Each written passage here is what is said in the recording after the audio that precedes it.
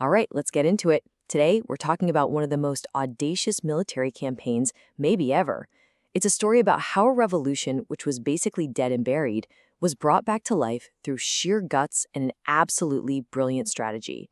We're going to see just how an army crossed the impossible. So, I want you to picture this. It's 1814. The fight for Chilean independence. They called it the Patria Vieja. It's been completely crushed. A powerful Spanish army has taken back the country, and the Patriot fighters, they're either dead, captured, or have scrambled over the Andes into Argentina. I mean, the dream of a free Chile was over. Done. And that really gets us to the heart of the whole thing. When you've lost, when your side is fighting itself and the enemy controls everything, what do you even do? How in the world do you turn total crushing defeat into a victory? Well, the answer came from a plan so crazy, most people thought it was pure fantasy. But before we get to that genius plan, we really have to understand just how bad things were. The Patriot cause wasn't just beaten on the battlefield. The whole thing was rotting from the inside out. You see, that first revolution was basically doomed by its own drama. Sources from the time paint a picture of a government just paralyzed by these intense rivalries, especially between the Carrera brothers and Bernardo O'Higgins. Their constant power struggle threw the military into chaos and created what was called a disgusto general. Basically, everyone was just fed up and disgusted. With no unity, they were just sitting ducks for the Spanish royalists. But, in all this despair, one man, General José de San Martín, looked at the whole mess and saw something else. He saw an opening. And he came up with a strategy so radical, it would literally change the map of South America. Okay, so check this out. The normal thinking, the obvious move, was to march north from Argentina and attack the center of Spanish power in Peru head-on. The problem? It was a meat grinder. Armies had tried it over and over, and they'd failed every single time. San Martin's idea was completely out of left field. Instead of a frontal attack, he proposed a flanking move on a massive, continental scale, cross the Andes, free Chile, and then attack Peru from the sea. The entire plan hinged on one thing: total, absolute surprise. And this quote right here, it says everything about his mindset.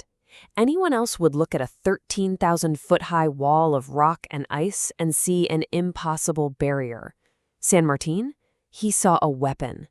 He decided to use the mountains themselves as a shield to hide his army and hit the enemy where they would never, ever see him coming. But let's be real. A brilliant plan is just a piece of paper without an army that can actually pull it off. And the Patriots didn't have one. Not even close. So San Martín realized he had to build his army from the ground up. So he gets himself appointed governor of Cuyo, a province right at the foot of the Andes.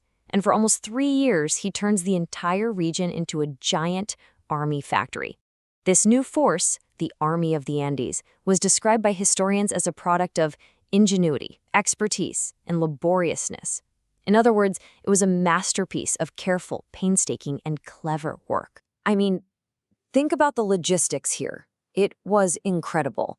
He brought in Chilean exiles. He got Argentine volunteers. He set up workshops to make everything: cannons, muskets, bayonets, even uniforms. He gathered over 10,000 mules and hundreds of horses. He stockpiled tons of food.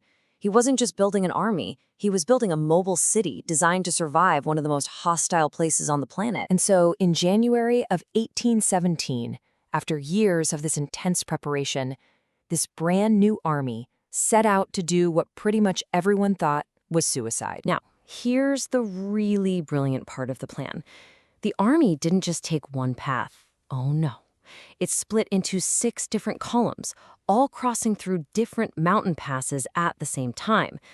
This was all a massive head fake, designed to completely confuse the Spanish in Chile. They'd have no idea where the real attack was coming from. The 2 biggest columns, led by O'Higgins and General Soler, took the hardest routes right through the center. And the conditions, they were just unimaginable. We're talking severe altitude sickness, snow blindness, frostbite. The sun would scorch them during the day, and then temperatures would plummet to freezing at night. Dispatches from the crossing talk about having no food or supplies left at all. Thousands of their pack animals died on the way. And when you read this quote from O'Higgins, just "the march has been arduous," you know that's the understatement of the century. The Spanish were absolutely convinced that no army could survive this journey, let alone be ready to fight. But because of their incredible discipline and sheer grit, the Army of the Andes did it.